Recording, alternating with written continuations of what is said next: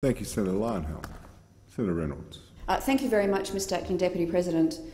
Last week, Senator Gallagher, Chair of the Senate Select Committee on Nauru, spoke 4 times in this place on the committee's report, and he specifically singled me out for a highly personal attack on the quality of my character, on the content of my heart and on my very humanity itself.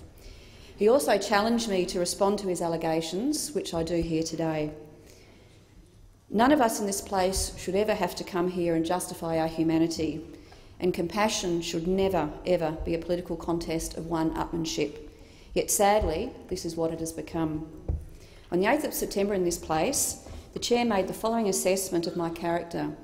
He said, "I will single out Senator Reynolds because of her conduct throughout the inquiry. It was totally partisan, totally political and less than objective conduct." He then went on to say that I don't know what a woodchuck is, which is a politician who will say or do anything for promotion. I will single out Senator Reynolds on that basis. But it wasn't enough to besmirch my very character, but my humanity was next, with Senator Gallagher also saying, "You could not sit through these hearings and read these submissions and not be affected by them." They were really disturbing submissions. For someone, that is for me, to try to tart them up as a couple of Labor Party senators having a go at the government is false and wrong. For a senator to put her name to a dissenting report and say that we on this side have made it up is really heinous. Disappointing, this fiery attack was delivered not to my face but to my empty chair here. 3 coalition senators participated in this inquiry: myself, yourself, Mr Acting Deputy President, and Senator Johnson. Senator Johnson and I co-authored the dissenting report, so I remain puzzled as to why I was singled out for this rather extraordinary attack. Was I seen as the weakest link? Was I seen as the easiest target? Well, I can assure the Senate that if that was the Chair's assumption, he was grievously mistaken. But while, of course, his comments were hurtful, I would normally have let them go through to the keeper. But on this instance, I've chosen not to for 3 reasons. First of all, the Chair himself challenged me in no uncertain terms to respond. Secondly, the very highly personal nature of these comments, I think, sends an appalling message to women and also to men when looking for a career in this place. Thirdly, I believe it is simply wrong for anyone in this place to assert that they have a monopoly on compassion, and I believe it is time to call this out. To the issue on hand, the one I was accused of being devoid of humanity on is sadly one that I'm all too familiar with and I'm deeply emotionally invested in.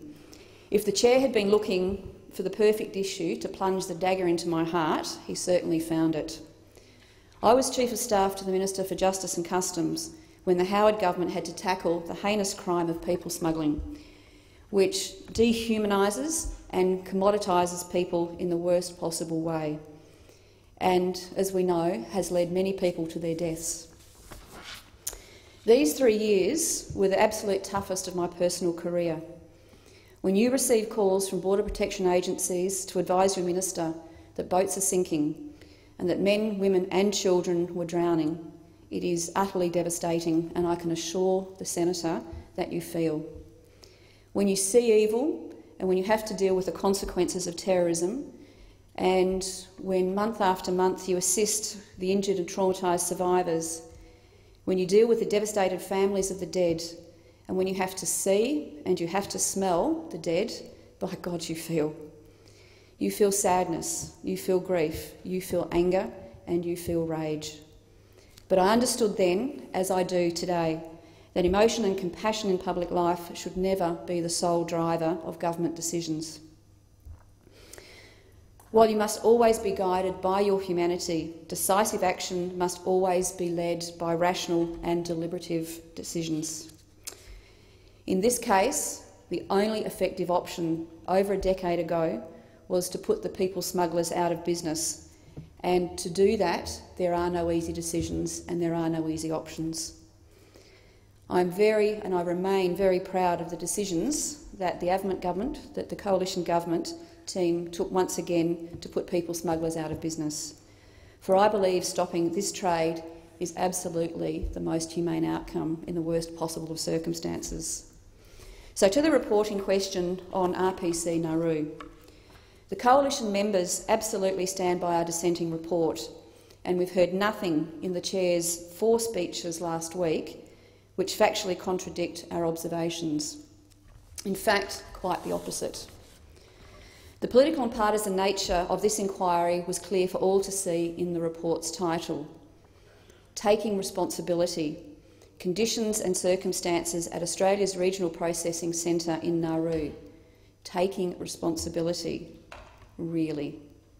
The clear weight of evidence throughout the inquiry was that while this government did not establish RPC Nauru, this government has taken responsibility for fixing the endemic problems we inherited at all 17 detention facilities operated by Labor as a result of their loss of control of our borders.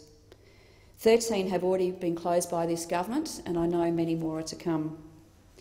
But readers of the majority report by Labor and the Greens could be forgiven for thinking that RPC Nauru had magically teleported through space and time to Nauru after the election of the coalition government in September of 2013, and that absolutely nothing had happened since then and time had stood still.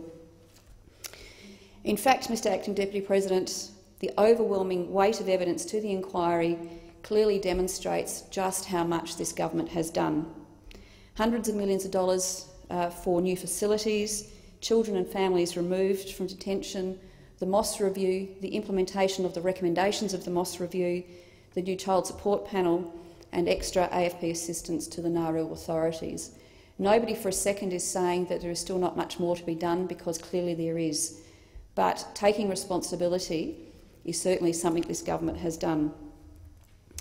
As a consequence of the weight of evidence that we received, I believe that the majority report recommendations would have been salient, they would have been applicable in late 2013, but they are clearly not relevant today.